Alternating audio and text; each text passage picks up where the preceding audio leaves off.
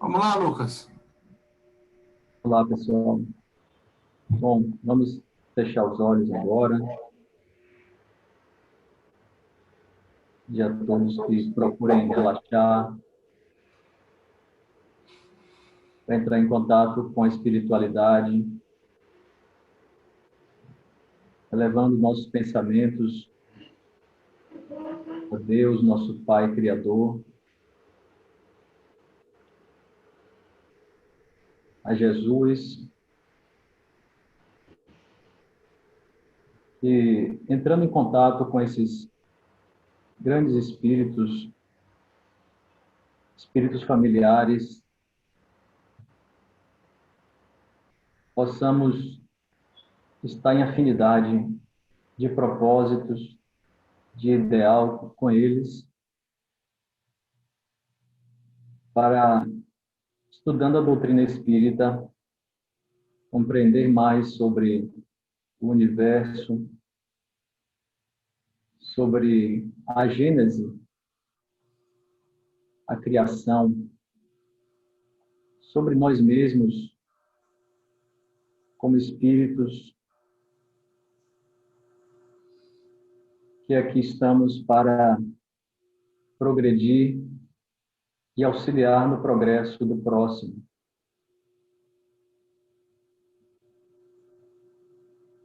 Possamos todos, então, estar nessa sintonia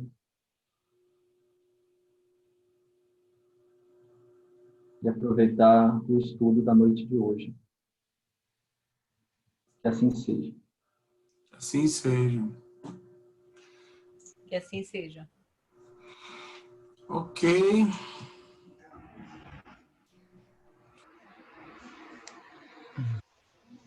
Vamos lá, a gente começou o capítulo 2, Deus, né? Na aula passada. Vamos dar uma lembrança aí breve. A gente começa no item 8, que já é o início do seguinte. Né? E aí, o que vocês lembram de mais importante do capítulo anterior? Parte da última aula, né? Não do capítulo anterior, da última aula, sobre Deus. A existência de Deus. O que marcou? Não tem muita coisa não, né? Tem muito exemplo, né? Que a gente gostou dos exemplos. Que Deus é o princípio elementar. Qual é a página, Satiro? Hein? Nós estamos na capítulo 2, início. É que semana passada eu não pude ir. Sim. Não Capítulo participar. 2, temos do 1 ao 7. 79 página. Obrigado. Aqui eu não tenho livro. Eu não tenho livro, eu tenho só o digital. Eu não tenho página.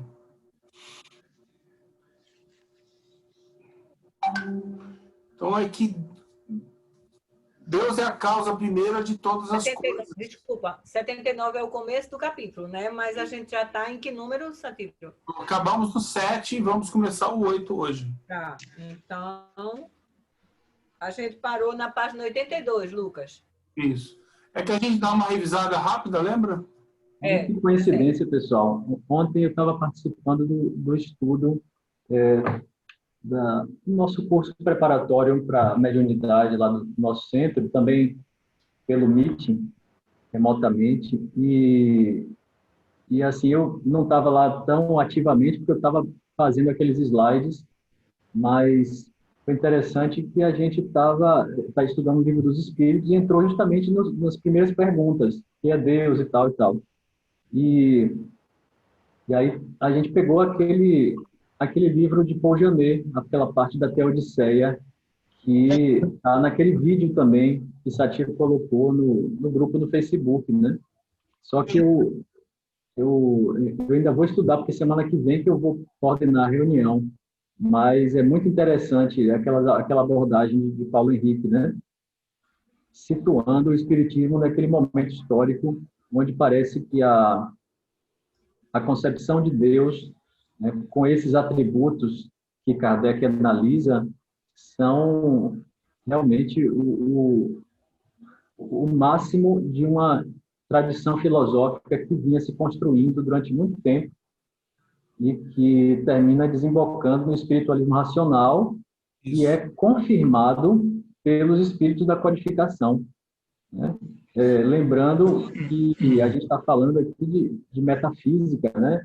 E quando a gente fala de metafísica, é aquela parte em que a gente não tem meio de experimentação e que a gente precisa confiar no que os espíritos vêm trazer para a gente. Obviamente que a gente usa a nossa razão, né, e vai analisar os atributos de acordo com os nossos axiomas e tudo mais. Só que quando a gente trata de imaterialidade, né, de mundo espiritual, de Deus, a gente não tem como fazer uma experimentação direta e aí depende da ciência dos espíritos, que é a parte que eles vêm nos trazer depois de terem desenvolvido a sua própria compreensão. Eu acho que é muito interessante. Quem não tem esse material, eu posso passar para vocês agora. Eu passo para a Satiro no grupo, porque eu fiz um recorte do trecho do livro de Paul Janet, e justamente para usar nesse estudo, eu posso mandar para vocês também. Não, pode, coloca lá no Facebook para a gente, com os comentários para o estudo desse. Essa parte aqui, a primeira nota que tem, logo no título, Deus, é sobre isso que você falou. Esse capítulo é todo baseado na espiritualismo racional, na Teodiceia, exceto o final, aonde o espiritismo vem para completar essa lógica. Aquela parte que falta, né? Que falta ao espiritismo racional. Então, esse capítulo todo, inclusive esse início todo, é todo baseado no espiritualismo racional, justamente, nessa visão. Coloca no WhatsApp, no grupo do WhatsApp, Lucas. Eu acabei de mandar para a Satiro aí, ele pode encaminhar para o grupo. Ah, será que eu também posso postar lá? Deixa eu ver aqui. No grupo lá também. Pronto, criados. Vou colocar depois lá no Facebook. Eu posso colocar se quiser, para É disponibilizar. o grupo Gel, Mesmer e a Gênese, não é isso? Não. É o grupo Gel, a Gênese. A Gênese. Esse é Gel, a Gênese. Gel. E eu acho que eu não estou nesse grupo. Eu só estou no que é Gel, Mesmer e a Gênese. Não tem que botar Não, você. eu coloco lá depois. Depois eu coloco. Pronto, vamos deixar isso para lá. O livro do Paul Janet está disponibilizado lá no grupo, né? Todo mundo tá lá também. Inclusive, eu reuni. Eu tenho o livro do Paul Janet, mas eu achei interessante, porque o Lucas está falando que fez um recorte. Isso, é. Olha, pessoal, é muito legal. Quando a gente ouve falar em Teodiceia, imediatamente essa expressão é associada a Leibniz. Só que, na história da filosofia, a Teodiceia também é associada aos espiritualistas racionais, à filosofia do século XIX na França. E significa Theo, Deus, né? E Diceia vem de uma palavra do grego que significa justiça. Isso uma das coisas que a gente mais questiona, né? Acho que antes de Leibniz, as pessoas não tinham nem liberdade para questionar muito a justiça de Deus, porque o dogma tomava conta de tudo, né? Quando a gente passou a se questionar, isso passou a ser relevante e útil para toda a filosofia. Foi o que aconteceu, né? E até hoje, tanta gente se questionando, principalmente os materialistas. Sim. Bom, essa parte 1 é a existência de Deus. Então, basicamente, é aquela história da Deus sendo a causa primeira de todas as coisas, o ponto de partida de tudo, a base sobre o qual repousa o edifício da criação. É o ponto fundamental a considerar antes de tudo. Daí a gente, lembra que a gente fala que a gente entra naquela questão de causa e efeito, né? Quer dizer, a gente reconhece Deus olhando para os efeitos para os efeitos que eles têm, né? Quer dizer, todo efeito inteligente deve ter uma causa inteligente por trás. Né? Quer dizer, esse é o ponto fundamental que permite a gente olhar para tudo que nos roda, que nos cerca, e perceber que existe algum motivo para que as coisas existam, um motivo inteligente, né? Por trás de tudo isso. Né? E que em qualquer lugar a gente reconhece Deus por suas obras. Qualquer lugar que a gente vá, a gente reconhece Deus, e ele dá, inclusive, o exemplo do homem, né? Que o próprio homem deixa suas pegadas da mesma maneira. Né? Quer dizer, você vê um prédio antigo na arqueologia e você reconhece quem eram aqueles homens, o que eles faziam. Né? Quer dizer, o efeito que eles deixaram já denota a causa, já dá para estudar a causa, que era uma civilização antiga ou coisa parecida. Mas ele segue dando esse exemplo na natureza. Satiro, Foi. hoje eu estou falando bastante aí, né? Pega um bar e fala, não tem problema não. Eu não Pega sei se... inspiração, você está inspirado, está acompanhado. Pode ser. É interessante esse negócio de causa e efeito. Eu queria compartilhar com vocês uma percepção minha. Eu sempre tive esse raciocínio de buscar as causas das coisas, né? Fazer esse raciocínio que, aos 20 anos, quando eu li o Livro dos Espíritos, eu senti que esse ponto eu não aprendi. Eu senti que esse ponto eu reencontrei, né? E depois eu vi coisas que agregavam a essa ideia, né? Hoje a gente não fala mais somente todo efeito tem uma causa. A gente fala todo efeito tem uma ou mais causas. Toda causa pode gerar um ou mais efeitos também, né? E essas causas e esses efeitos se entrelaçam e se transformam em outras causas e outros efeitos, e a vida vai acontecendo dessa maneira. E depois ainda veio a física quântica, que bagunçou ainda um pouco essas ideias, porque a ideia de causalidade ela foi reformulada. Mas aí eu acho que eu preciso estudar um pouco mais sobre esse assunto para a gente trazer alguma novidade. Agora, eu acho que permanece válido a gente imaginar que existe um encadeamento de uma sucessão de fatos que geram outros fatos e que é preciso que tenha um fato primário, criador de tudo, né?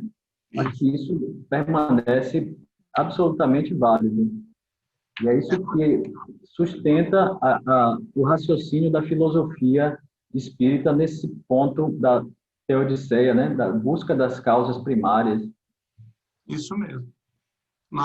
O exemplo que eu gosto, que é citado aqui na Gênesis, mas eu gosto, amplio, é o seguinte: é só você ver o seguinte, nós somos capazes de recriar e mixar plantas, por exemplo, das menores até árvores maiores e tudo mais. Mas nenhum ser humano é capaz de criar uma planta, uma mera ervazinha pequenininha, ele tem a capacidade de criar. Aí você fala assim, bom, então alguém criou aquilo. Quem é que criou aquilo? Quer dizer, qual é a causa primária que tem a capacidade? Não, mas chegamos no DNA, ótimo, a gente pode recombinar o DNA. Mas quem foi que criou o DNA? Alguém criou o DNA. É um efeito inteligente que deve ter uma causa inteligente por trás. E por aí afora você vai. Você pegar a menor célula que existe, um aminoácido, você vai ver a mesma coisa, né? Você vai ver aquele ser vivo minúsculo, que é uma célula, a gente não cria, né? O homem não tem esse poder de criar ainda. Quer dizer, alguém criou isso e quanto mais você vai, mais você vai ver que existe uma causa inteligente por trás. Aí a gente... Nós somos co-criadores, né? Mas nessas nossas criações, que se devem à nossa vontade, nossa razão, a nossa imaginação, principalmente, né? Para imaginar o novo, não entram as causas primárias, as primeiras causas. Nós já somos uma criação. Né? Tijolinho para a gente, pronto, né? A gente só tijolinho.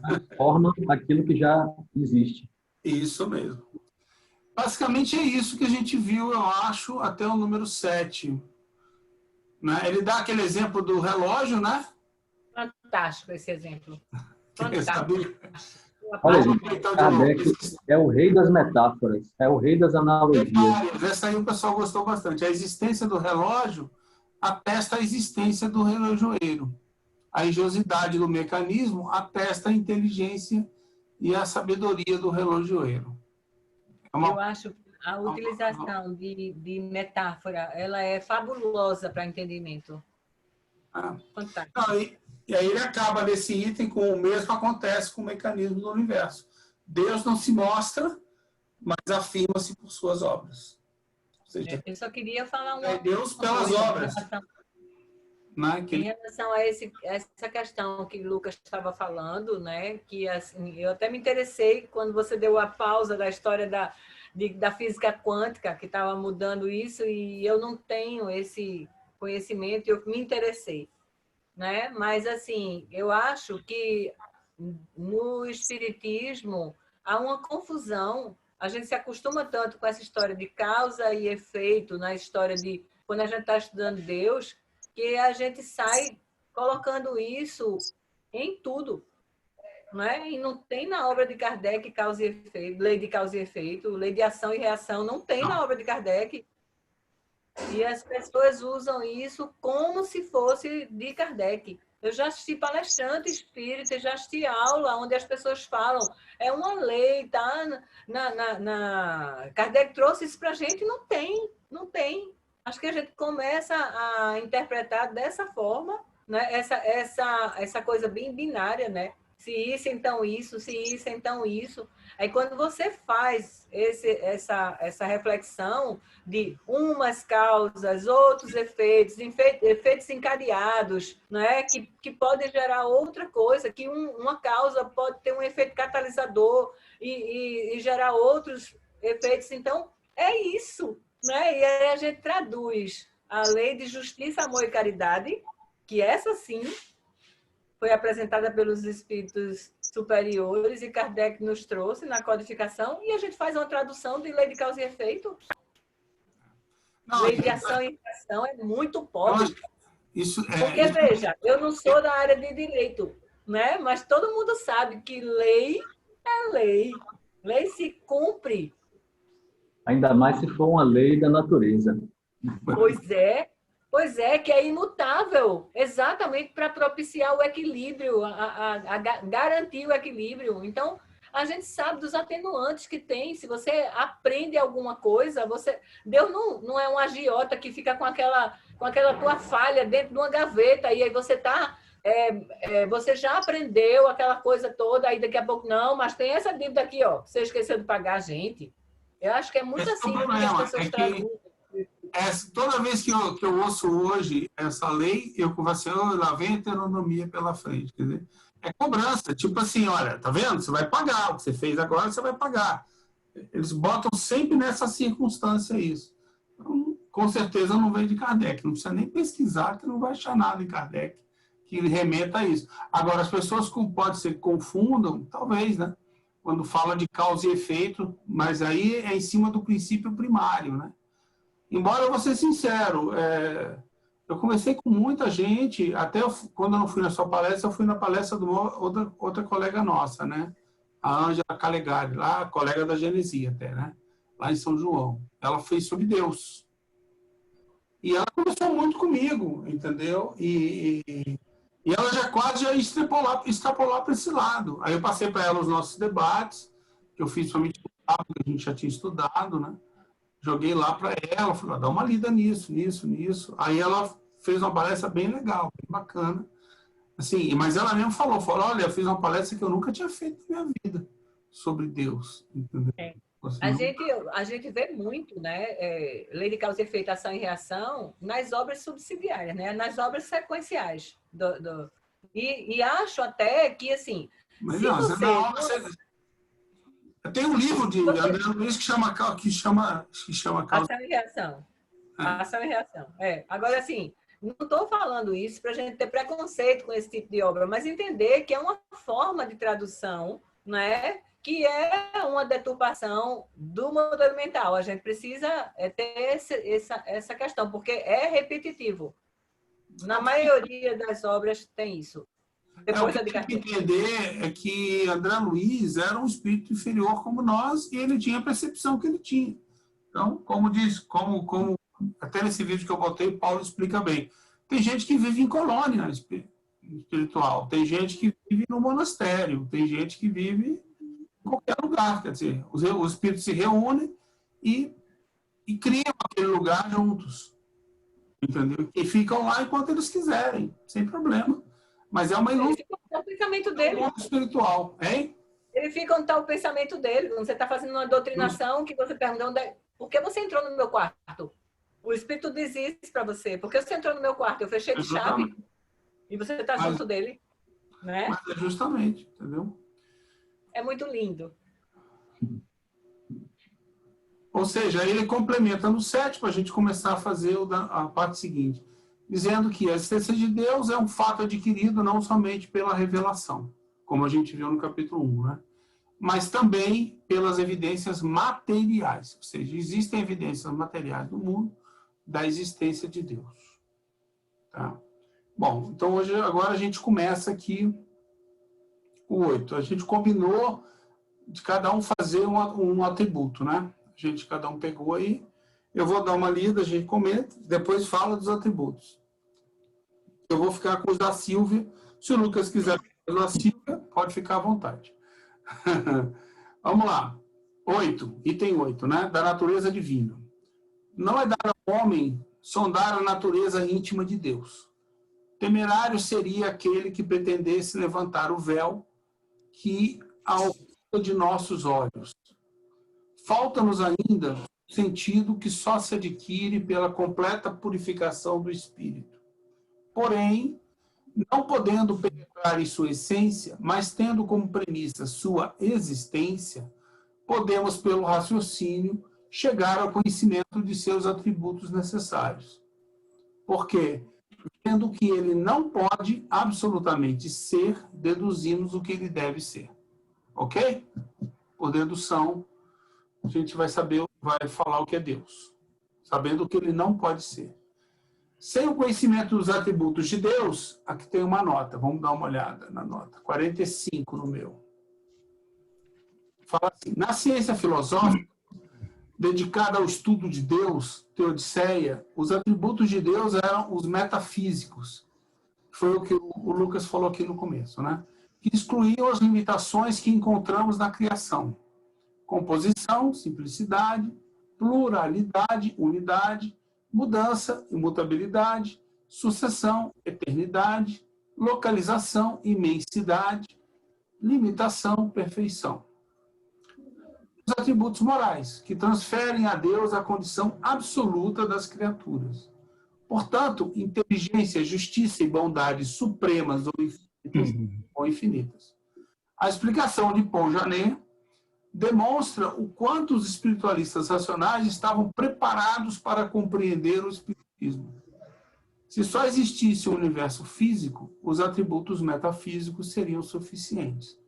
Mas existe um universo dos espíritos, um universo moral, com origem na causa primeira. Deus é causa tanto dos espíritos quanto da matéria.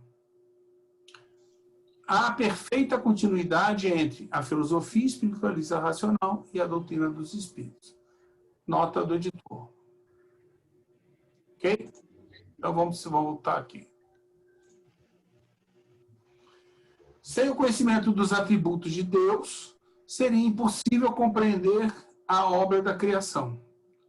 Esse é o ponto de partida de todas as crenças religiosas. E é por não terem se referido a eles, capaz de orientá-los, que a maior parte das religiões tem errado em seus dogmas. As que não atribuíram a Deus toda a onipotência, imaginaram vários deuses.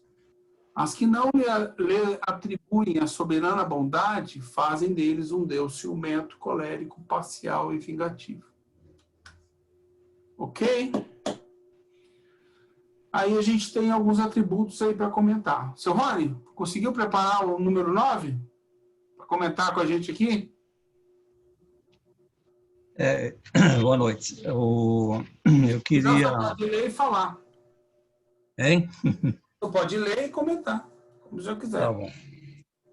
Não, primeiramente, eu queria deixar claro aí que quando eu vejo o Lucas dizer aí que quando ele leu o Livro dos Espíritos aos 20 anos, eu acho que eu tenho bem mais do que a metade da idade dele. Eu fiquei bastante preocupado. A minha preocupação é no sentido de não baixar o nível do nosso estudo, né? Não, que é isso. Porque eu me considero um iniciante no estudo do Não, Não tem, Espiritismo, todos nós somos estudantes. tendo em vista as colocações que eu tenho assistido, a palestra da Valéria que eu assisti, né? Gostei muito, mas eu vou discorrer de como eu vejo a doutrina e o que eu estou entendendo, e vocês fiquem à liberdade a me corrigirem, por favor. Não, não é correção. A gente complementa, sabe? Comenta. Isso. Todos somos estudantes do Espiritismo. Seu Rony, Sim. deixa eu lhe dizer uma coisa. E quem disse a gente pode ter começado nessa vida e o senhor ter começado em outra? É verdade. Pode ser. Né? Então a gente está correndo atrás do prejuízo, não é não, Lucas? Com certeza. Então, Seu diz Rony, aqui. olha, no Espiritismo não tem FGTS, tempo de serviço, não. Não. É verdade. Às vezes a pessoa estuda mas durante décadas e não sabe nada. viu, Lucas? Mas em muitas casas aí a pessoa apresenta o tempo de serviço, né, o tempo que frequenta a casa como sabedoria, né? Isso é perigoso. Mas aqui não é centro espírita, aqui não tem isso. Eu, por exemplo, no máximo tenho 1 ano, se você contar da minha descoberta até o estudo de verdade. Então, no máximo 1 ano. Hein? É sério? Eu tenho 30 anos de espiritismo, 29 tá. 29 na enganação, está contando de 1 ano para cá, mais ou menos. Então, está contando que fez 1 ano em agosto que eu estou nessa brincadeira. É verdade, não estou brincando, estou revendo tudo. Como espírito inferior que eu sou, quando eu ouço alguém dizer, como o Lucas disse, que leu o livro dos Espíritas com 20 anos, eu tenho a inveja mesmo. Lamento Aquele que dizer. já nasceu em famílias espíritas, privilégio, né? Ou responsabilidade. É isso mesmo. Eu sou de uma família que era espírita e depois, por conta das pressões sociais, negaram. Que pena. Vamos lá, seu Rony. Colabore com a gente. Deus é a suprema e soberana inteligência. A inteligência do homem é limitada, já que não pode fazer nem compreender tudo o que existe. A de Deus, abrangendo o infinito, deve ser infinito. Se supuséssemos limitada em um ponto qualquer, poderíamos conceder um ser ainda mais inteligente, capaz de compreender e fazer o que o mundo não faria, e assim sucessivamente até o infinito. O outro, não? Eu queria... Não é o outro? Não, o outro não faria? Como? Eu entendi. Não entendi. Eu entendi que o senhor disse o que o mundo não faria? E o outro não faria. Disse o outro mesmo. É o outro não faria. Está escrito, é outro? Outro. No É meu outro, né? Fazer o que o outro não faria e assim sucessivamente, até o infinito. O outro não faria. E assim sucessivamente até o infinito. É isso? É isso aí. É isso mesmo, né? Bem,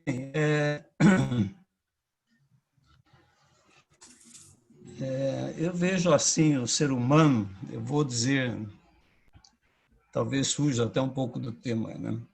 Como ainda como espíritos imperfeitos que nós somos, ainda há muita dificuldade em definir, em se harmonizar com Deus, né? É difícil percebermos Deus na sua essência, né? Tanto a nós como encarnados e também como desencarnados. Acho que essa dificuldade de entendermos o que é Deus, sem a gente estar fazendo um grande esforço aí com a razão e com os sentimentos, né?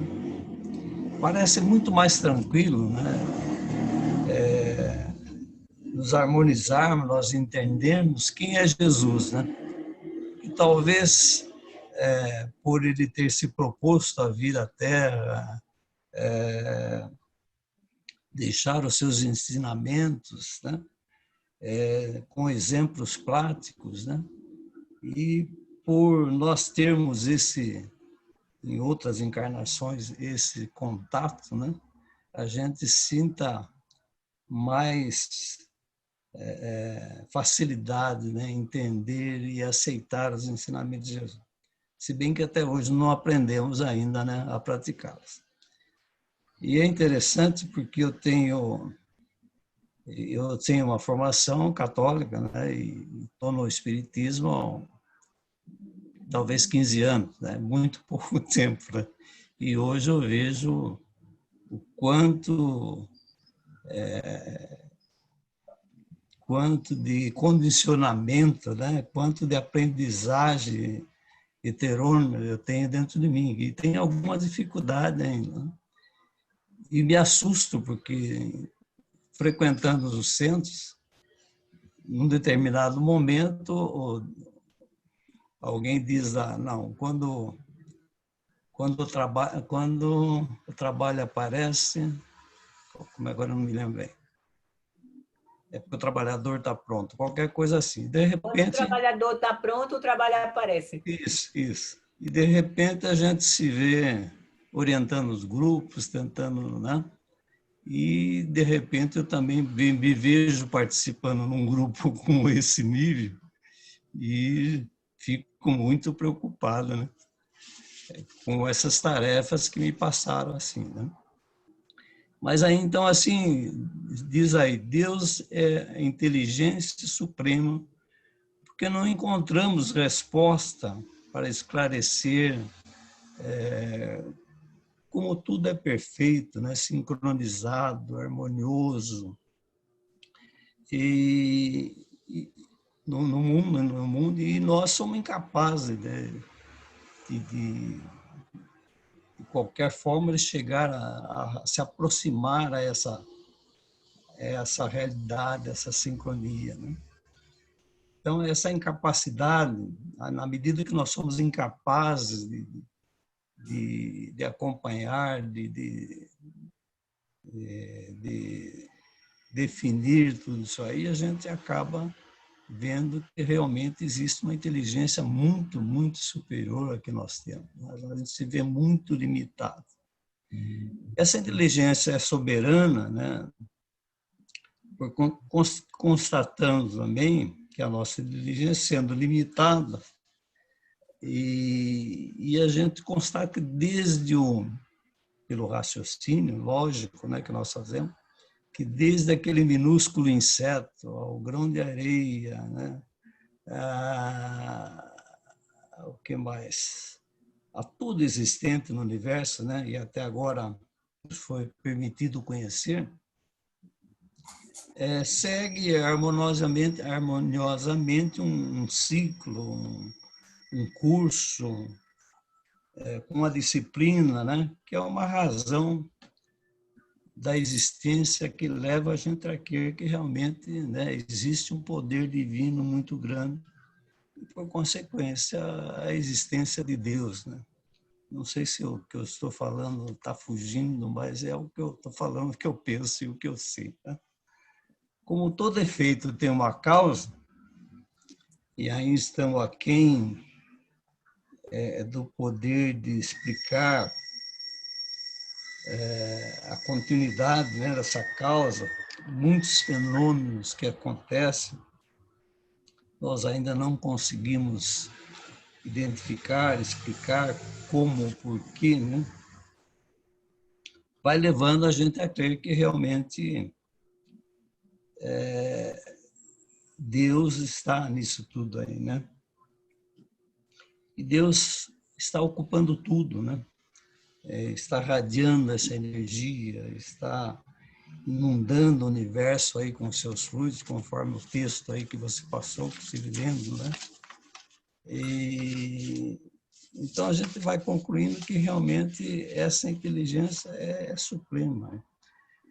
E aí a nossa inteligência, ou a nossa inteligência limitada, né, se humilha, né? Ficando à procura aonde está Deus, o que é Deus, aonde ele fica, né? incapaz da gente entender que ele está em toda parte, está dentro de nós, está, né? Ou não está em lugar nenhum, não precisa nem ficar procurando, né? Ele está e simplesmente está, né? Então, é dessa forma que a minha memória está tentando organizar todos os ensinamentos que eu tenho ouvido nessas aulas que eu tenho assistido. Eu acho que era isso que eu tenho que comentar. Obrigado, João. Vocês podem me criticar. Não tem crítica nenhuma. Na minha opinião, isso foi bem. Então, Obrigado. explicou aí o que é suprema e soberana inteligência. Não. Eu tenho, assim, não sei se isso ajuda, mas eu pensei, outro dia eu expliquei, estava conversando isso com meu filho, aí expliquei para ele, aí eu falei assim, filho, ele é um guri de 70 anos de idade, né? Não é nenhuma criança. Eu falei, basicamente é o seguinte, imagina o maior computador do mundo com o cara mais inteligente do mundo na frente dele. Aí você faz uma pergunta para ele, ele sabe. Mas tem uma hora que pergunta uma coisa para ele, não sabe. E aí, quem sabe? É Deus. Deus sabe. Não, mas aí Deus não vai explicar para a gente? Não, porque depende da sua inteligência. Vai lá, estuda, aprende, evolui, passa a perna naquele cara que está no computador, senta lá, desenvolve melhor o computador e tenta responder. Mas se responder, vai ter alguma pergunta que você não vai, e você não vai saber. Aí alguém vai chegar e aí você vai, e Deus está sempre supremo na inteligência. Ninguém nem ou nada, né, sei lá, é superior a Deus. Quer dizer, porque acho que eu coloquei Jesus aí no meio, porque é influência da igreja, né, da própria aprendizagem de Derone. Porque eu fui coroinha, fui mariano, que são associações que tem dentro da Igreja Católica. Né? Fui cursilista, né? Então, aí num determinado momento, por razões que não interessa colocar aqui, eu fui excomungado. Enfim, me separei e fui excomungado, você não é? Aí eu me perguntava, poxa, mas eu deixei de ser o Rony só porque eu me separei, né? Então era uma coisa para mim que não entrava na cabeça, né? E o tempo foi indo, até que, por outras circunstâncias, também foi me aproximando da doutrina, né? E um dia me vi dentro de um centro, aprendendo, assistindo palestras, e fui me interessando, né? Mas eu acho que a gente entendeu que Jesus aí é como modelo e guia, com várias lições. Sim, como modelo, né? Ele não é Deus, Jesus, né? Só isso aí. Mas a influência, né? A influência terrônica aí, a forma de ensino né? É muito condicionante, né? Isso. É claro. Ele não é igual a nós, né? Ele foi. Não entendi. Ele foi criado como nós. Foi criado não, ele é igual a nós, pode ser nasceu antes. Perfeito. E Deus não. Deus é, como a gente está vendo aqui, logo no próximo. Deus é O com cu. Perfeito. Esse atributo não tem aqui não, mas tem o próximo que fala sobre isso, que é meu. É eterno. Deus é eterno. Satiro? Oi, manda ver, Lucas. Bom, queria primeiro agradecer o senhor Rony aí pela exposição que ele fez. Eu queria dizer que ele tem que ter muito orgulho de ser quem ele é. Né? A gente está aqui aprendendo com ele também. Ele nasceu em tempos mais difíceis que os nossos. Eu não sei como é que eu seria se tivesse vivido como um fiel católico. Né? Eu sempre pensei nisso, como é que seria para mim se fosse... Aqui, na verdade, todas as pessoas que estão aqui tiveram ou ainda têm muita influência do que aprendeu, se não através da religião diretamente, mas indiretamente através da cultura. Né? E o Deus que a gente aprendeu a conceber, ele, na verdade, foi um Deus imposto através da fé cega e inquestionável, e agora é que a gente está começando a descobrir que é Deus de verdade, né? De forma racional. Porque o que acontece? A gente tem, desde de simples ignorante, a, um sentimento inato da divindade, até pela nossa própria inferioridade, né? E a necessidade de buscar algo que nos leve à sobrevivência, né? Que é um instinto, mas conforme a inteligência vai se desenvolvendo, nós vamos também conseguindo raciocinar um pouco mais e buscar o que seria essa inteligência suprema. E o interessante é que, sendo Deus uma inteligência suprema, ele só pode ser compreendido através de uma inteligência, né? Uma inteligência, aos poucos, vai entendendo outra. Um processo lento, gradual, né? Que nós não sabemos onde é que isso termina, mas isso é fundamental. Só podemos entender Deus através da inteligência. Embora ainda haja muitos mistérios, mas isso é um ponto fundamental. Agora, o que é que mais nos impede de compreender Deus? Eu acho que o que mais atrapalha a nossa compreensão é o sentimento de orgulho. Na verdade, eu não sei se eu diria compreender ou admitir a existência de Deus, porque existem pessoas muito inteligentes, mas que não conseguem admitir que haja inteligências superiores às delas. Isso a gente tem visto aí, né, nas reflexões que Paulo tem feito, que o orgulho é o sentimento neutralizador do desenvolvimento das faculdades humanas, de um lado, e também neutralizador das conexões de empatia, né? Quando você é orgulhoso, você não acha que precisa desenvolver suas faculdades, porque, afinal de contas, você já sabe tudo, então você já se vê numa posição socialmente superior, então isso lhe paralisa, né? E, do outro lado, o orgulho também paralisa a necessidade de estabelecer novas conexões, né? De auxiliar, de cooperar, de aprender com quem está acima.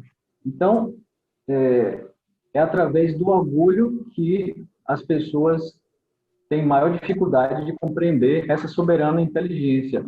Penso eu assim. Por que eu estou falando isso? Porque eu constantemente entro em contato com ideias tanto do dogmatismo quanto do materialismo.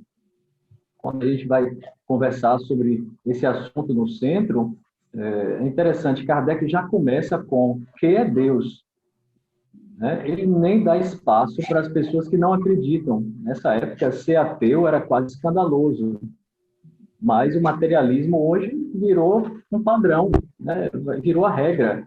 Se você acredita em Deus, você é quase que automaticamente um religioso ignorante, porque o mundo acadêmico considera a crença em Deus como um sinal de ignorância, né? E Um sinal de que a pessoa é fanática. alienação e fanatismo. Porque a religião ela é tão forte, ela tem um papel tão marcante na história da humanidade, que ela se apropriou da ideia de Deus. E ninguém pode tratar disso sem que seja associado, porque ninguém conhece a terceira via, que é o espiritismo, o espiritualismo racional. Por que eu estou falando disso? Porque ele está dizendo que existe um processo gradual de compreensão para a gente sair do sentimento inato de que existe a divindade, né? E para a gente chegar, aos poucos, pela inteligência, a uma melhor compreensão de Deus. Isso é um processo que a gente não sabe quando ele vai acabar. E o que é que nos impede, então, de chegar a isso? Eu acho que é o pouco desenvolvimento das faculdades e também o orgulho. O orgulho faz com que muita gente se veja tranquilamente autorizado a dizer: ah, eu acho que Deus não existe, porque tudo no mundo é muito injusto. Ou seja, pessoas que acreditam que já sabem como o mundo funciona, como é que a alma funciona, como deve ser o mundo. Hoje em dia é muito fácil, né? A pessoa dizer: olha, eu quero transformar o mundo, né? De repente as pessoas acham que tem esse poder. Então, o ser humano hoje em dia está meio perdido, entre outras razões, porque se acha muito importante e ainda não consegue entender que existem inteligências supremas. É por aí. Tenho dito. É isso aí. Bem lembrado sobre a questão do que nos leva a isso aí, a questão do orgulho e que a pessoa se acha suprema. Bem por aí mesmo, bem colocado. Aprendi essa. Vou fazer o 10 então. Deus é eterno, não teve começo nem terá fim. Se tivesse tido um começo, teria saído do nada. Ora, como nada é nada, não pode produzir algo. Ou então teria sido criado por outro ser anterior. E então, este ser é que seria Deus. Se supuséssemos que teve um começo ou um fim, poderíamos então conceber um ser tendo existido antes dele, ou podendo existir após ele, e assim por diante até o infinito. Essa é fácil, né? Quer dizer, quer saber o que é Deus? Ele é eterno, ponto final. Não tem começo e não terá fim. Não. Nós fomos criados e vamos ao infinito. Deus não. Deus é eterno. Ele não teve começo. Ninguém criou Deus. Deus é o que é. Né? E aí a lógica disso está explicada como a gente falou aqui. Acho que não tem grandes coisas para complementar aí, né? Quer dizer, desse atributo de Deus único, né? Que é um atributo único. Só há ele que pode ter. Fala, Genezinho. Eu deixei anotado aqui que, assim, esses atributos aqui, né? É o que está também no livro do Paul Janet. Sim, aqui a gente, se você ver aqui as notas, logo a primeira, que é sobre Deus, né? Uhum. Lá já tem uma nota, bem no título do capítulo, que explica isso, de que esse capítulo da Gênese, ele é todo baseado no espiritualismo racional. Uhum. Exceto o final dele, aonde é complementado o espiritualismo racional, como a gente sabe, ele é complementado pelo espiritismo. Lá no final. Mas ele é todo... O pessoal aqui, a gente já leu, acabamos de ler uma nota também, a nota seguinte. Ah, certo. Uhum. Vencer o conhecimento dos atributos de Deus, que também fala sobre isso, que é da Teodiceia, né? Do espiritualismo racional, que está na obra de Janet. Também, tá? Ok aí, essa questão de Deus? Né? Quer dizer, tranquilo? Sim. Alguma coisa a complementar, pessoal? Bom, agora seria a Silvia, ela não está aí. Alguém que não tem, quer assumir o lugar da Silvia? O 11 e o 12. Alguém aí quer assumir? Não, ninguém quer. Então eu faço. Deus é imutável. Se fosse sujeito a mudanças, as leis que regem o universo não teriam nenhuma estabilidade. Está claro isso? Ou seja, por que ele é imutável? Porque ele não muda. Foi ele que criou as leis da natureza e as leis que regem o universo, né? Na verdade, que são as nossas leis da natureza na Terra, elas seriam estáveis, né? Se ele mudasse, daqui a pouco ele muda, aí muda a lei, aí muda não sei o quê. E, na verdade, essas leis são imutáveis, logo, quem criou, por lógica, também. Né? E aí, lembrando, quem viu o vídeo de hoje, é um vídeo antigo que tem do Paulo, que eu publiquei hoje, ele fala sobre isso.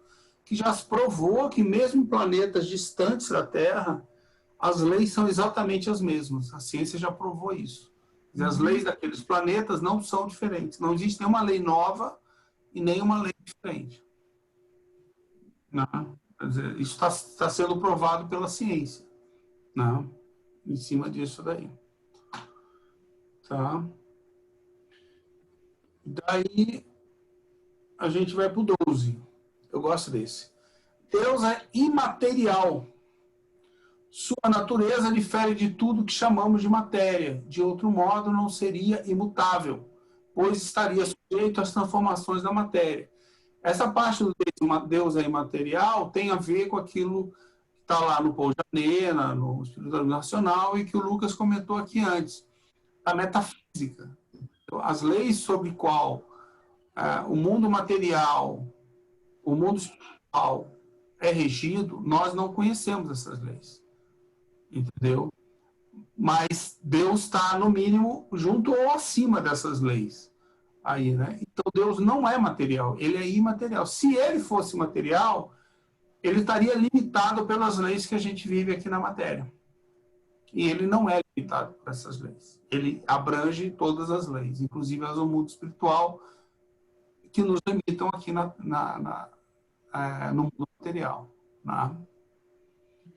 E ele segue. Deus não tem forma apreciável a nossos sentidos. Se tivesse, seria matéria. Pronto, ele encerra a discussão. Com isso daí, ele encerra a discussão completamente.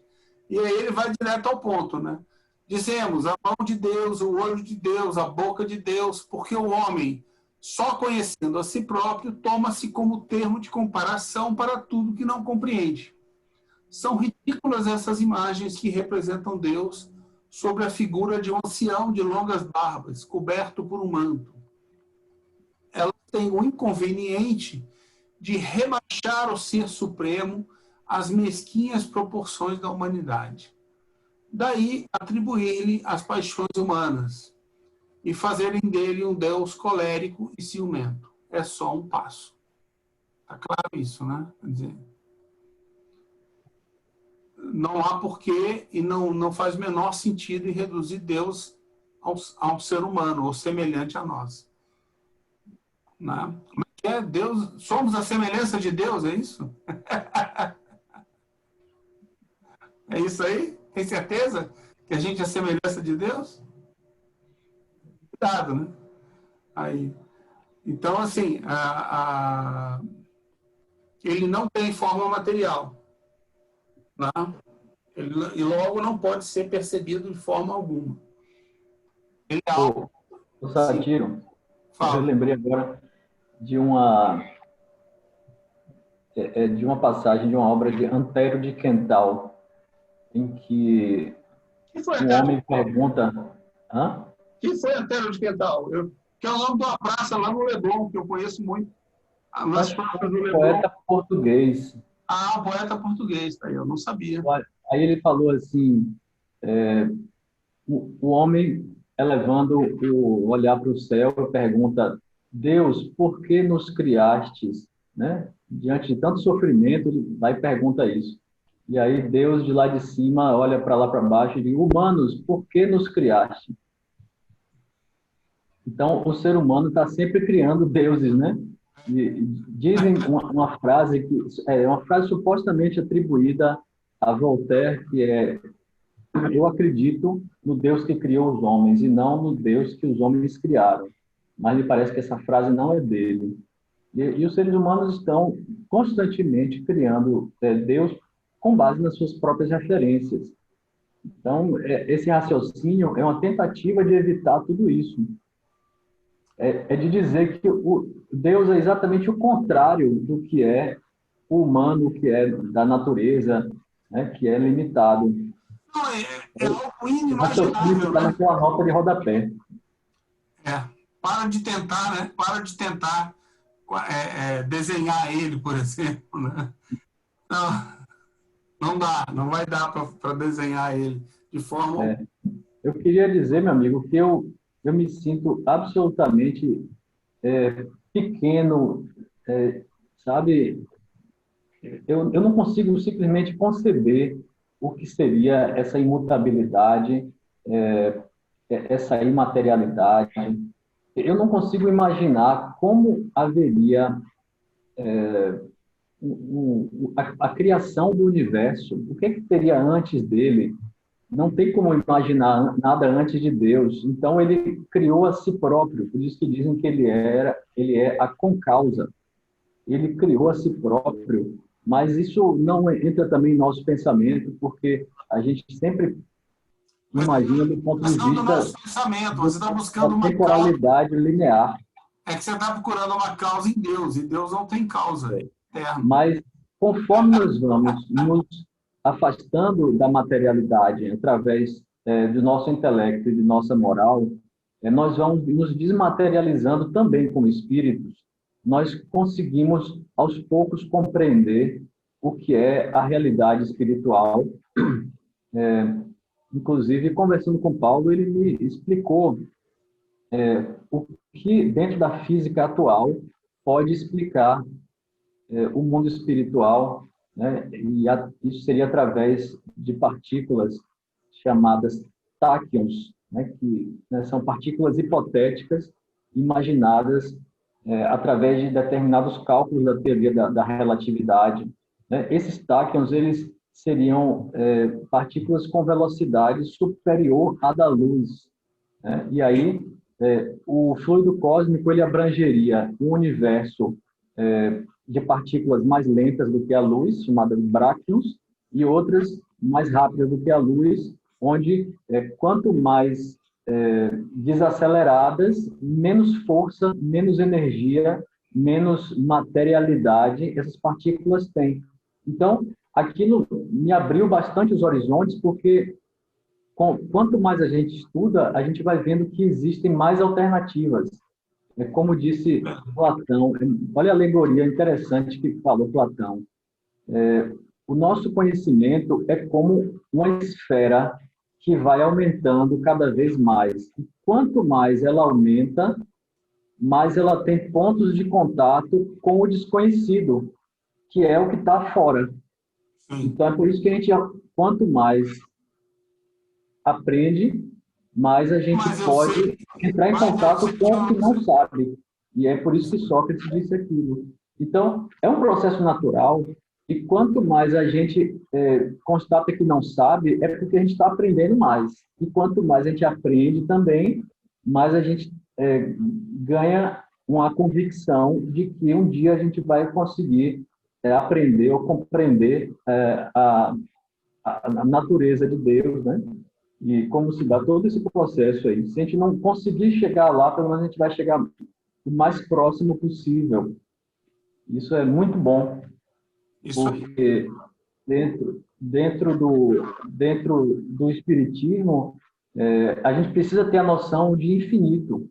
A ideia de infinito tem que estar sempre muito próxima de nós, né? Tem que inspirar as nossas ideias, porque sem infinito não tem essa compreensão, sem infinito não tem progresso. É uma ideia essencial, diferente da ideia de caos, né? É uma condição indispensável para a pessoa ser espírita, ela não idolatrar essa ideia de caos, né? Que é o que está no materialismo, né? Tudo é caótico, está tudo errado, o ser humano nasceu aqui para sofrer mesmo, porque esse universo é uma bagunça, e não existe Deus, não existe ordem, não existe nada para essas pessoas. Por quê? Porque eu sinto que existe, ao mesmo tempo, uma revolta, uma negação, entendeu? Existe por isso tudo, por esse sentimento de superioridade, uma incapacidade de olhar para o universo com respeito, para identificar essa harmonia que existe. Por aí. Só um adendo aí. Existe um cara que eu estudei, um filósofo, Edgar Morin, não sei se você já estudou, e ele tem chamar um método. São 3 obras, mas o primeiro e o segundo são muito bons. Filosofia, né? E ele coloca ideias muito interessantes de que no caos ele existe por um tempo e ele sozinho se organiza. Ou seja, então o caos na verdade não existe. E tudo que é caótico leva a uma organização. Como se fosse um caos inteligente. É uma transição. O caos é algo aparente, que é caótico, mas é que você não encontrou ainda o método por trás dele, entendeu? A organização por trás dele. Na Então, verdade, uma pessoa que pensa isso, ela está se vendo como criadora desse processo, como se ela estivesse substituindo a própria divindade na criação de um universo novo. É um sistema onde ele se coloca como criador, né? Então, é isso que eu falei para você, que essas pessoas têm dificuldade de compreender uma inteligência suprema porque acreditam que a própria inteligência delas que não existe nada que organiza isso aqui. Isso está ao léu. não existe nada acima deles. É verdade. O difícil é eles provarem que nós estamos ao léu, né? É para todo lado que você olha, é uma organização, né? Inclusive, principalmente na natureza, né? Qualquer coisa que você olhe é organização, não é caos. Não adianta. Você pode, inclusive, se a gente coloca o caos em qualquer coisa, ela se reorganiza e reaparece organizada.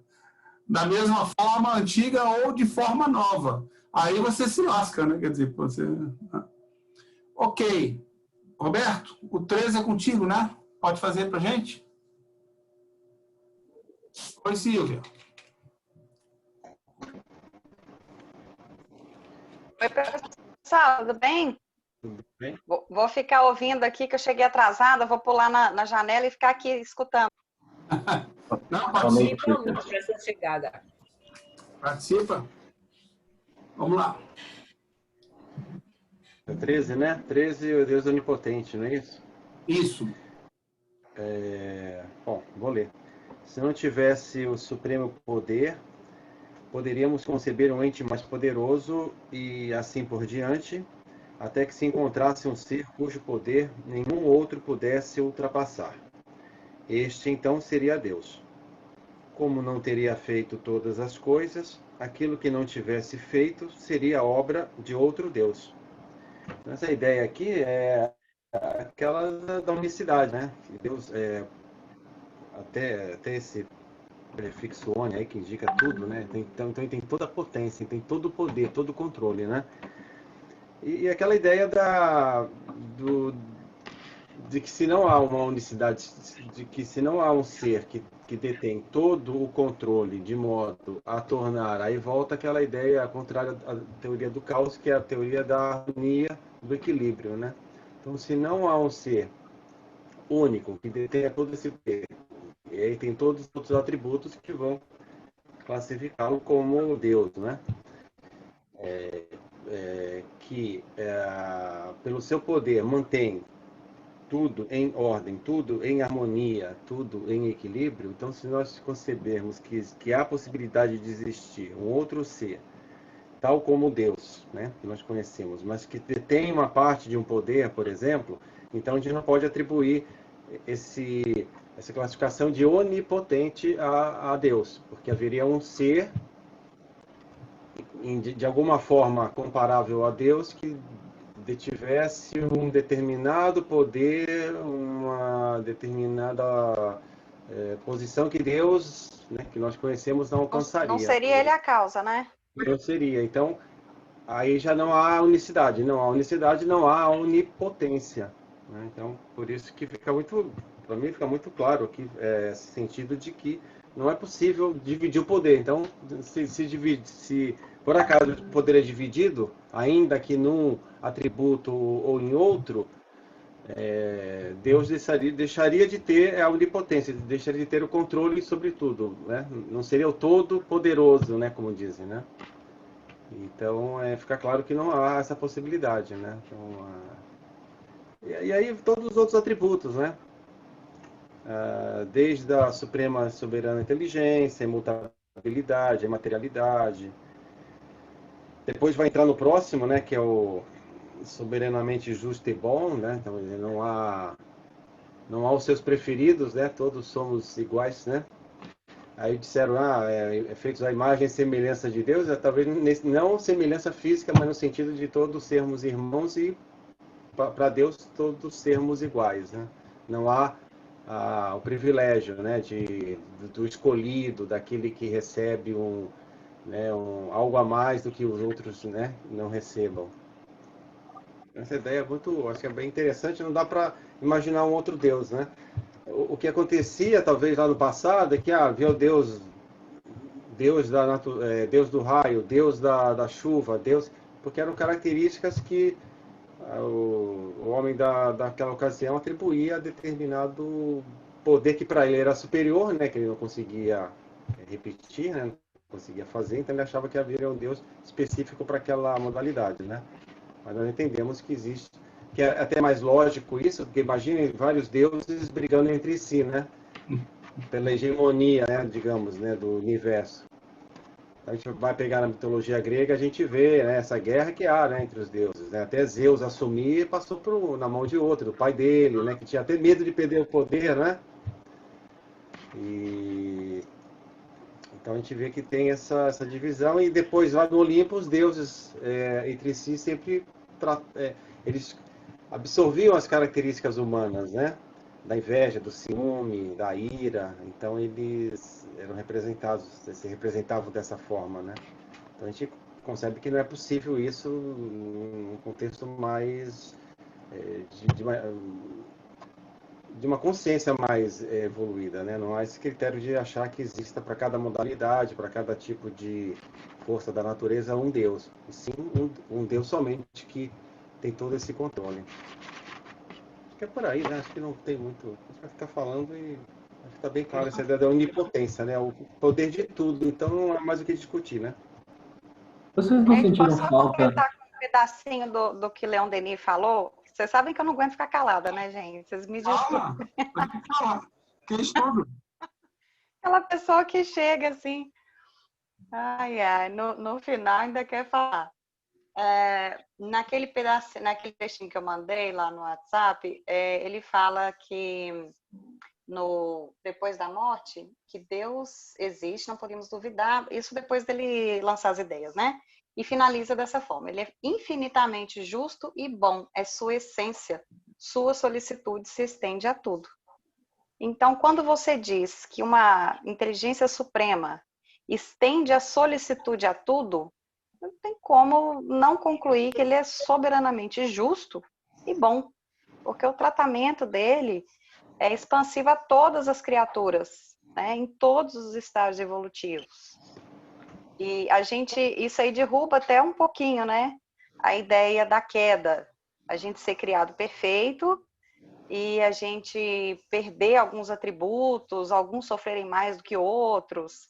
Então, vamos dizer assim, então aí Deus já não seria justo, porque ele tirou mais de um do que de outros, né? Aí seria alguém retirando aquilo ali de uma pessoa que errou e caiu, por exemplo, Adão, né?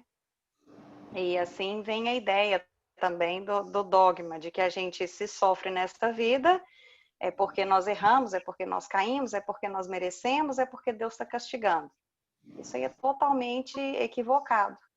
Nós somos criados simples e ignorantes, todos iguais, né? Todas as criaturas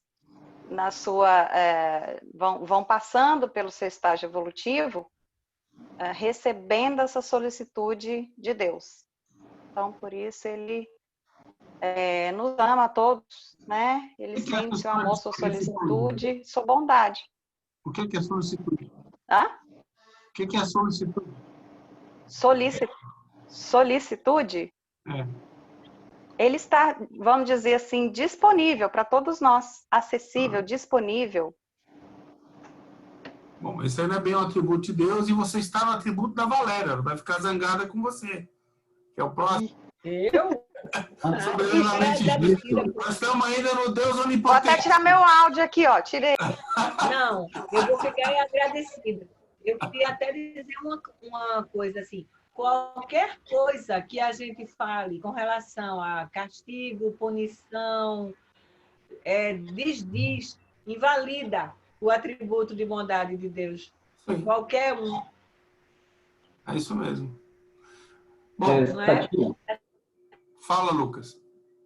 O que é interessante... Antes de Valéria prosseguir, eu queria saber quem ficou com o atributo Deus é onisciente. É o próximo? Não, peraí. Deus é onipotente. Mas vocês não acham que Deus sabe tudo, não? Quê? Vocês não acham que Deus é onisciente? Claro. Ainda faltam muitos atributos aqui. Faltam outros atributos. Mas vocês não perceberam que Kardec não inseriu nem no Livro dos Espíritos, nem aí, esse atributo? Deus é onisciente. Eu estou fazendo uma brincadeira com vocês. Ninguém ficou com esse atributo porque não tem aí. Foi no livro aqui consultar, viu, Lucas? Realmente, eu falei, gente, ué, por que Kardec não botou isso aí? Por que ele não colocou isso aí, minha gente? Porque o ser humano tem livre-arbítrio. Deus não sabe tudo. Por incrível que pareça. Senão não haveria livre-arbítrio. Não é isso? Se ele soubesse tudo com antecipação, significa que nós estávamos agindo como autômatos, né? Porque alguma lei anterior estava determinando isso.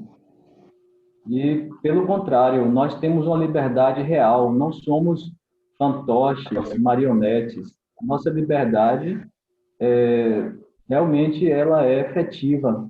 E isso mostra, mais uma vez, a coerência de Kardec.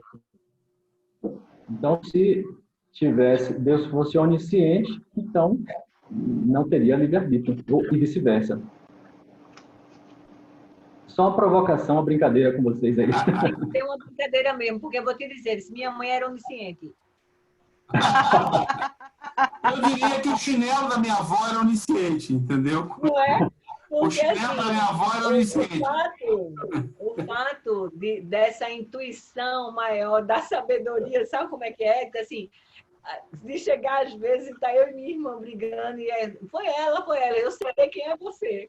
Sabe por aí? Eu sei quem é você. Então, Deus é onisciente nesse sentido. Agora, digam para mim. Você está falando, porque a gente não pode invalidar. Assim, é interessante porque isso vem de forma muito recorrente nos centros. Eu não sei se vocês tiveram já esse tipo de experiência. Não, eu não tive só com uma pessoa, eu tive com mais de uma. As pessoas comentando profecias de espíritos com relação à época que vão morrer, né? Então, assim... Pois é. Então, assim, imagina a gente dizer o seguinte, Fê, como é que um espírito pode dizer? E o pior é que algumas vezes acontece. E se acontece, não é porque ele não pode dizer, ele já estava antevendo alguma coisa que ela ainda não tem consciência. Não é? A gente tem que recorrer à teoria da presciência que está no final desse livro. Para entender como a programação desses fatos. Pode conhecer alguns fatos. Não exatamente. Todos, alguns. Isso que você falou, Lucas, essa provocação, né? Eu entendo essa onisciência, como eu já ouvi várias vezes, algumas pessoas dizendo, não Kardec, estou até procurando aqui na agência, falei, gente, não achei essa onisciência aqui. Pois é. Eu entendo essa onisciência como conhecimento de todas as leis, ou, por exemplo, essa presciência. Não se pode existem ser. médiums com presciência, de certa forma, né? É uma capacidade que Deus tem, vamos dizer assim, de conhecer todos esses projetos. Não. Mas eu entendi o que você falou. Oni, sabedoria no grego significa tudo.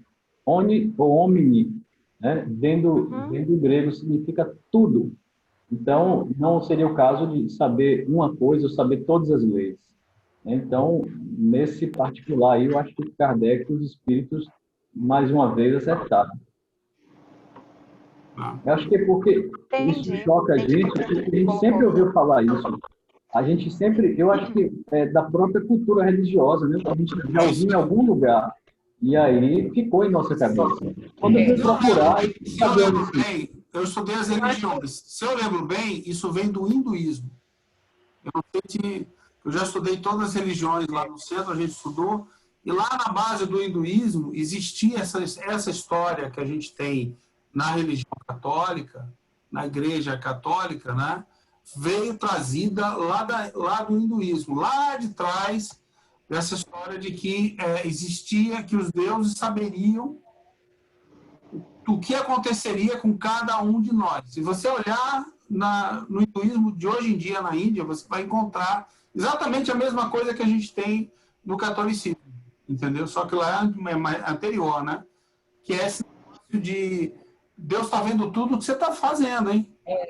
Tem É a mais ver ou menos com... assim, é mais ou menos como o Papai Noel, entendeu? Mais ou menos como só que o Papai Noel só cuida das criancinhas, mas é mais ou menos como o Papai Noel. Sabe tudo que fez no ano passado, no mundo inteiro, em todas as crianças, entendeu?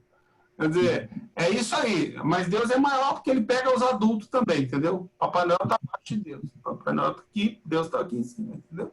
Então, é essa lógica de Deus está vendo tudo. Cuidado, não há uma folha que caia na floresta que Deus não saiba. Tipo assim, pelo amor de Deus, vai ter medo assim de um cara que vê tudo, né? Quer dizer, não basta eu arrumar uma maneira de espantar os espíritos no meu banheiro. Deus ainda vai estar vendo, porra. Não tem saída mesmo essa desgraça. Mas se a gente começar a pensar no Deus soberanamente bom e justo, a gente não tem medo da onisciência. Não, mas A gente pode fazer uma a onisciência é uma ameaça, né? Então, eu estou dizendo, se a gente mudar Tudo que eu faço, ele sabe. Tudo que eu pode ser visto também pelo lado assim. Tudo que eu vou fazer, ele sabe. Então é o que o Lucas falou. Então eu não tenho livre-arbítrio.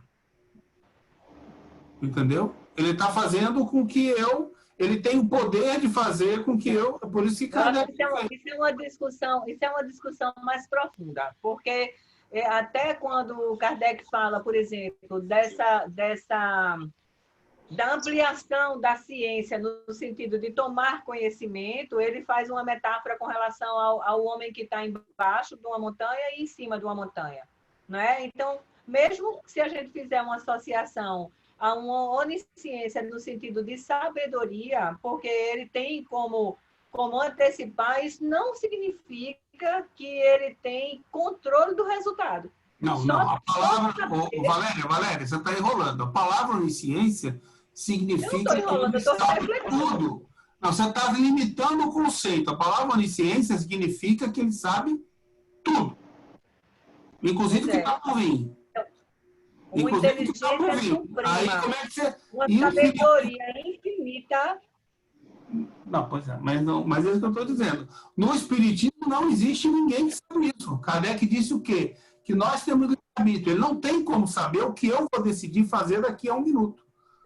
A sabedoria infinita, ela se mostra no soberanamente inteligente, ou na inteligência suprema. Uhum. A onisciência não, é saber tudo do passado, do presente e do futuro. E o que eu vou decidir daqui a um minuto, quando eu sair daqui. Uma última pergunta. Uma última pergunta. Vocês dizem com segurança que Deus não é onisciente? Não. Pelo Espiritismo, não. Não é onisciente. É isso, Lucas, a ideia? Deus não é onisciente. Veja, isso na verdade é uma decorrência lógica. O Espiritismo tem na sua essência como questão principal a teoria moral da liberdade. Não, eu entendi o que você colocou, mas assim, eu tenho só... Eu não vejo como uma opinião pessoal. Um pouquinho só de prevenção de dizer com 100% de certeza que Deus não é onisciente, então, sabe? Eu entendi o que você colocou. De fato, a gente não pode ser uma marionete. E ele não pode conhecer exatamente todos os nossos passos e a gente não tem liberdade para nada. Então, você pode dizer de outra forma. Você pode dizer assim, Kardec e os espíritos não inseriram entre os atributos de Deus a onisciência. Eu acho que termina transmitindo a mesma ideia com muita segurança também. Vamos ao Deus é soberanamente justo e bom, que esse a gente gosta. Pode fazer, Valéria? Podemos seguir, Lucas? Sim, por favor. Então, vamos lá. Espera aí que eu me perdi. Deus é soberanamente justo e bom. A sabedoria providencial das leis divinas, interessante, né? Porque foi o que o Silvio estava falando, se revela nas menores e maiores coisas. E essa sabedoria não permite que se duvide nem da sua justiça, nem da sua bondade. Então, acho que isso é interessante, o que a gente estava conversando agora, que a gente pode colocar nesse prisma aqui. que Isso é mesmo bondade. a questão... Hã? Isso é justiça e bondade. Oi, Marlúcia. Eu não ouvi. Mas isso é justiça e bondade, não onisciência, né? Sim, eu vou fazer a minha interpretação, né? Ah, Aí depois vocês podem jogar pedra. Mas primeiro deixa eu jogar pedra. Tá bom. Faz né? o, Então, assim, quando fala... É o quê? não, faz o atributo só que eu falei. Vamos lá. Então, essa sabedoria providencial é como me deu a... Ele fala aqui como se a gente não pode duvidar, porque se ele tem perfeita consciência, né? Ciência das leis, tudo vai acontecer da melhor forma possível, tendendo ao bem, que é o resultado final, né? Essas duas qualidades implicam em todas as outras. Se as supusermos limitadas, nem que seja em um só ponto, poderemos conceber um ser que as possuiria do mais alto grau e que lhe seria superior, ou seja, não teria nenhum ser que tivesse uma qualidade superior. Isso em todos os atributos, né? O fato de uma qualidade ser infinita exclui a possibilidade da existência de uma qualidade contrária que a reduzisse ou a anulasse. Um ser infinitamente bom não poderia ter a mínima parcela de maldade, nem o ser infinitamente mau poderia ter a menor parcela de bondade. Igualmente, um objeto não poderia ser de um negro absoluto, com o mais ligeiro matiz branco, nem um branco absoluto com a menor mancha negra. Uma coisa até que Lucas falou, né? Que a dificuldade que nós temos de entender e de o tempo inteiro colocarmos dentro dos atributos de Deus o infinito. A questão do infinito como sendo superlativo, né? E que a gente não tem noção do que seja. Então, o que é interessante é que volta para esse comentário anterior da gente sobre a questão da existência do mal, que a gente atribui o mal como existindo, não sendo a ausência do bem, né? A gente pensa numa pessoa, até falando com relação aos outros atributos que vocês falaram antes, né? Assim, até o que Silvia estava falando, das pessoas não terem diferença, ou seja, esse ainda não sabe ser bom, está no caminho, né? Mas então essa forma de Deus ver como não sendo uma coisa definitiva, está no processo. O que eu acho mais interessante, e aí eu até vou falar do que o seu Rony também falou, antes de seguir, é que a gente não tem uma noção exata do que é. Na verdade, eu acho que é muito difícil falar sobre Deus, a gente não tem nem material cognitivo para isso, a gente não tem. Não sabe, a gente não sabe. Largueza de espírito, né, Valéria? Falta. Falta, claro. Falta a gente Falta o recipiente para a gente encaixar o conhecimento. Claro. Né? A gente faz o tempo inteiro, a gente fica com tendência a exercer o antropomorfismo. O tempo inteiro a gente fica querendo colocar em Deus atributos humanos, o tempo inteiro. Veja, é muito mais difícil, por exemplo, quando você conversa com um irmão que é evangélico, porque o Deus dele é o Deus do Velho Testamento, é o Deus dos judeus, né? É um Deus cheio de defeito. Mas eu acho que a maioria dos espíritas que fala sobre castigo, ele está atribuindo castigo, vingança, mesmo que tenha outras palavras, ele está atribuindo essa pitada de maldade no Deus. E aí eu acho que muitas vezes a gente vê um discurso contraditório, sobretudo numa pessoa que pratica o catolicismo, quando muitas vezes, sem querer, ele valoriza, na verdade, Deus e Jesus para o catolicismo dá no mesmo, né? Mas quando ele fala da figura de Jesus, preste atenção, Jesus é melhor do que Deus. Sabe por quê? Jesus é bondade o tempo inteiro, Jesus ensina a perdoar, Jesus dá outra face. Deus não, Deus é vingativo. Deus é perverso, Deus é espião. Deus Deus vai guarda mandar para o inferno para a eternidade, né? Você vai ficar Não na é? eternidade lá sofrendo. Não adianta você se fingir de bonzinho, não, porque ele está vendo, né? Ele guarda e cobra com juros, um senhor agiota, né? As tuas faltas, tudo que você fizer, ele tem uma memória do cão, porque não é uma memória de Deus, é uma memória do cão, né? Que é exatamente para me espetar mais tarde. Não é verdade? Então, a gente precisa E ver. ele é fofoqueiro, porque ele é fofoqueiro, porque no mínimo deve falar pro diabo, né? Deve contar pro diabo tudo que você fez de errado. Então, Gente, Satiro fala cada coisa que eu morro de rir aqui. ele é fofoqueiro também, entendeu? Isso volta Ele um chega pro diabo, o pouquinho. diabo caceta você no inferno, entendeu?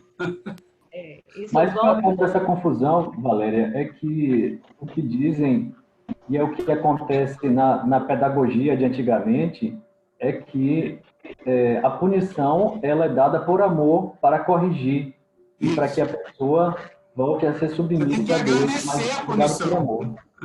Isso. Então tem que agradecer, exatamente. Na verdade, isso vem da questão do condicionamento, porque a educação não era uma educação esclarecedora, era uma educação para domesticar. Então, vem do condicionamento. Então, É a questão da obediência passiva, né? olha, é de Isso, pequeno é que se torce o pepino. Ainda se diz hoje, é de pequeno que se torce o pepino. Ainda se diz isso, gente. Não é? É Então, verdade. assim, eu estou batendo e depois você vai Mas me isso não é agradecer. verdade, não? Vamos lá. Então, assim, Deus não poderia ser ao mesmo tempo bom e mal. Né? Até porque tem uma hora que você pode comover Deus, né? Você pede com jeitinho, você faz tudo de errado, mas na hora de morrer você diz, eu me arrependo, e é sinceramente, porque está morrendo de medo, é claro que vai ser sincero o arrependimento.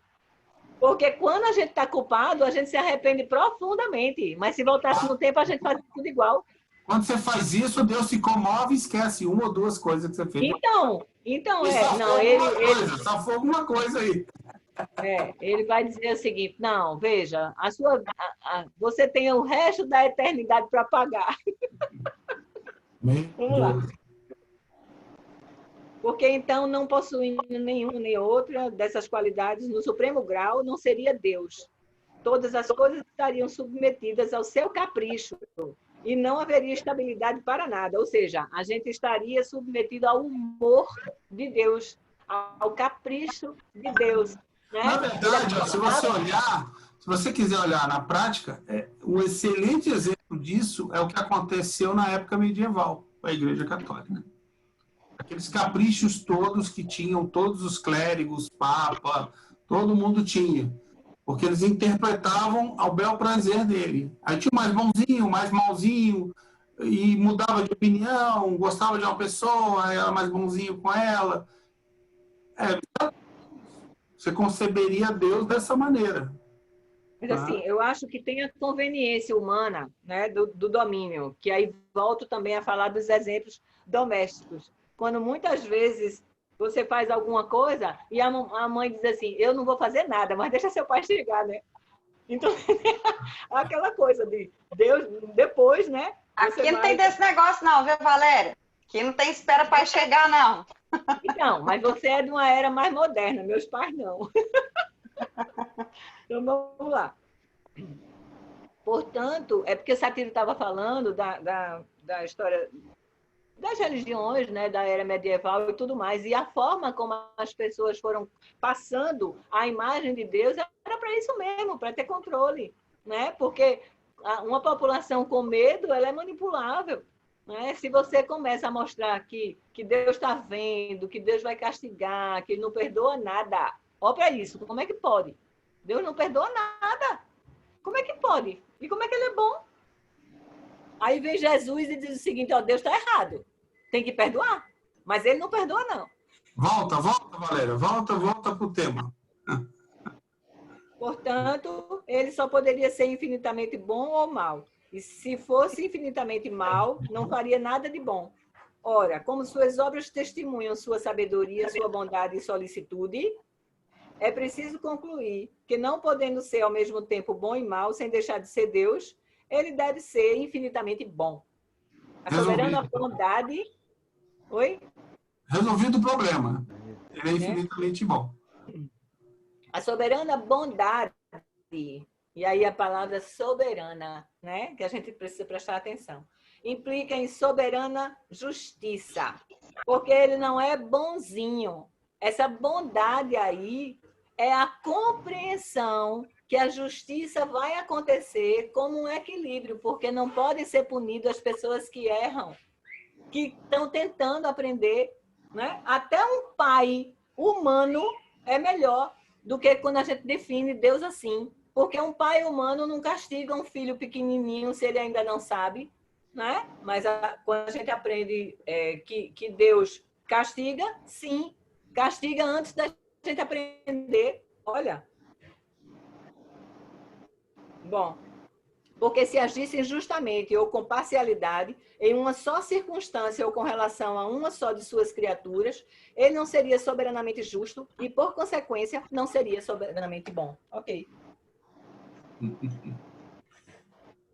E aí, pessoal? Isso aqui lembra a lei de justiça, amor e caridade, né? Está na terceira parte do Livro dos Espíritos. Isso.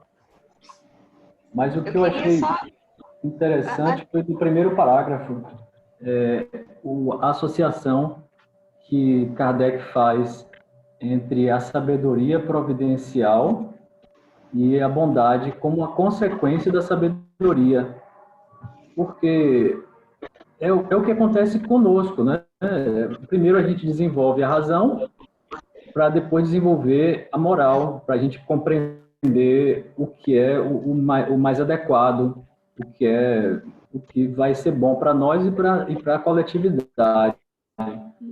E eu acho que essa é a verdadeira força da razão, porque a razão nos mostra o que permite a existência da vida e das relações de forma harmônica e que enquanto por outro lado o mal ele é destrutivo, né?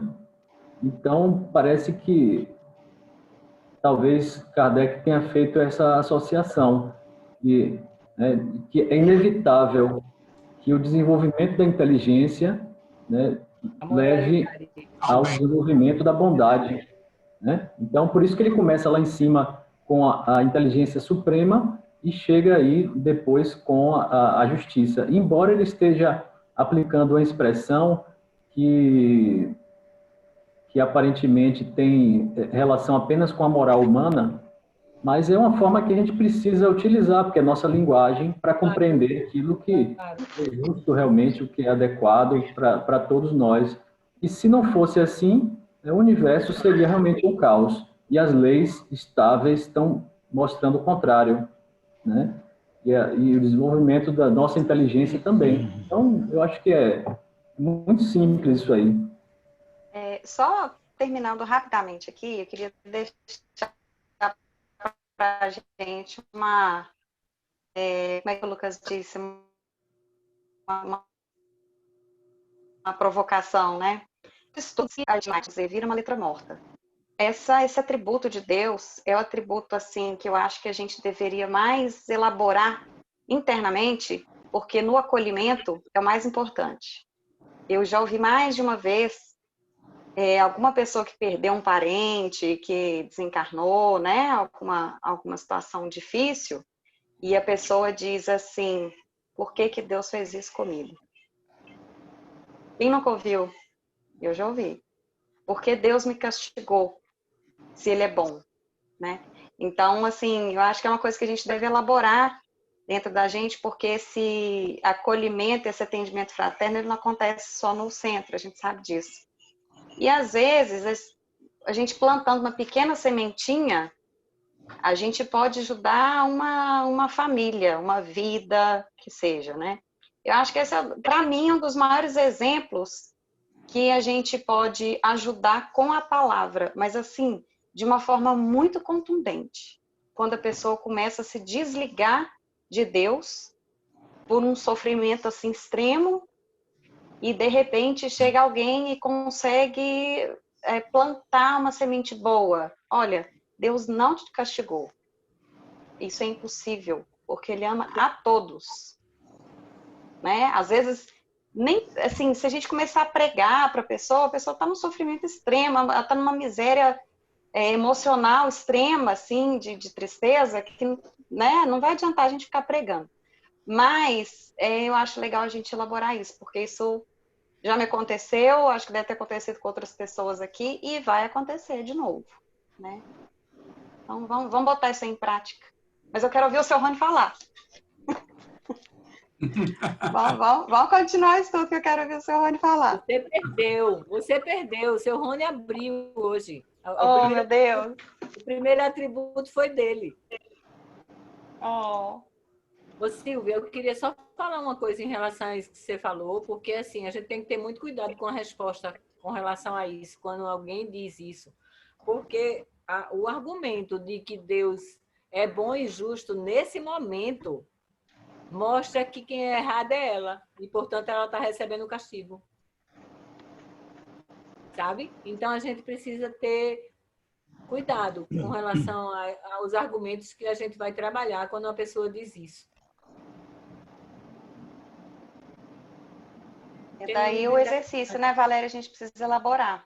Tem que ter o feeling, né, sentir no momento. Eu tive uma conversa dessa e foi, no meu caso, né, foi positiva. A pessoa com quem eu estava conversando. Eu senti, enfim, que na hora cabia algumas coisas ali.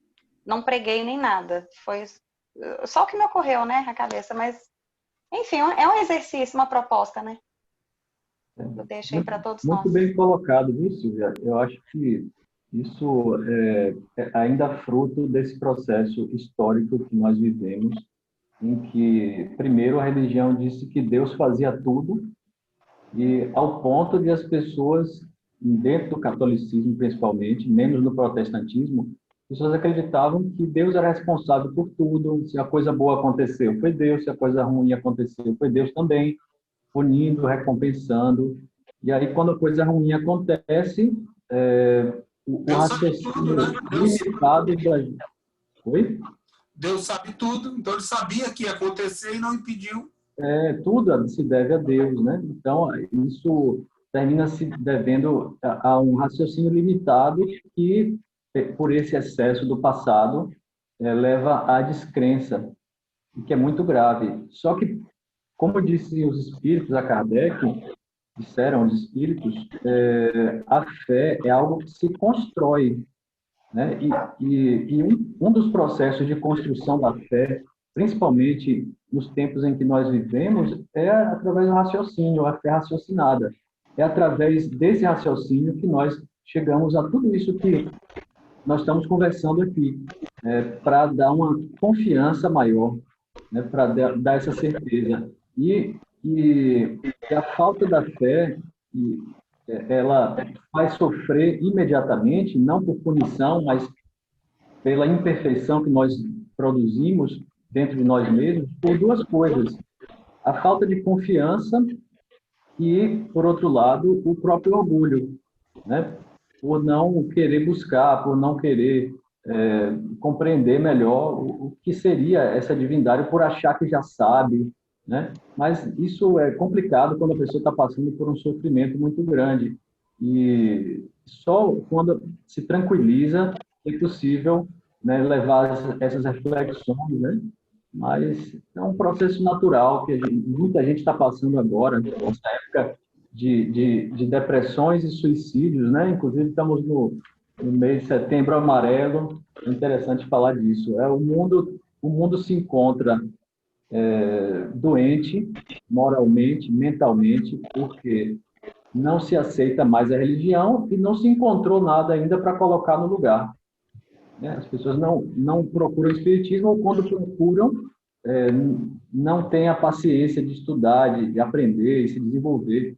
É um esforço muito maior do que o que se deseja numa vida moderna de facilidades, onde você acha que a ciência vai lhe entregar a paz e a felicidade, né? Onde você tem um problema, você tem uma solução imediata. Isso é uma das grandes doenças de nosso tempo. Ok. Alguém mais? Eu acho que a gente para por hoje. Tem mais alguns atributos, que é o 15, o 16. Deus é infinitamente perfeito. Deus é único. Na próxima aula. Se alguém quiser preparar, fica à vontade, se apresenta na próxima aula. Esse debate para correr o risco de parar na metade. Já estamos a uns 5 minutos do final. Ok? Vai ser Lula, Genesi e Silvia. Isso aqui é Você teonomia. não participa. Tá vendo? Tentei dar o Tomé, cheguei mais tarde, logo que acabou meus 2 itens. Tarefa dupla. Mas Pouco aí, de lidar para casa. pois é, levou lição para casa. Silvia e Genesi. São a próxima aula. Eu gostaria muito, mas essa semana vai ser de estudo para fazer os slides para a próxima reunião Mas lá. você discorre sem preparar, não se preocupe. Ok, certo. pessoal. Tá bom, pessoal. Quem é que vai fazer a oração de encerramento aí? Genesi. Pronto. Foi escolhido agora, Genesi. Sobrou para ti, viu?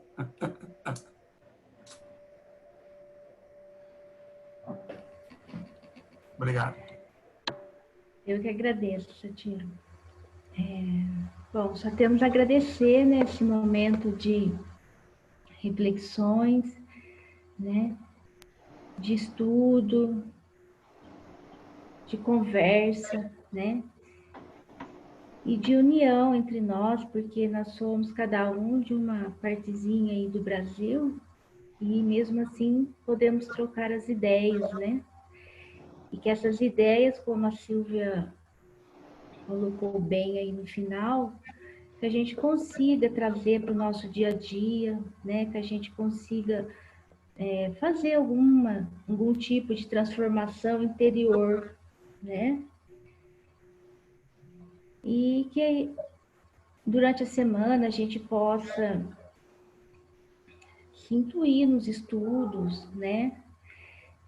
Não só nesse, como em outros, né? Que a gente está inserido.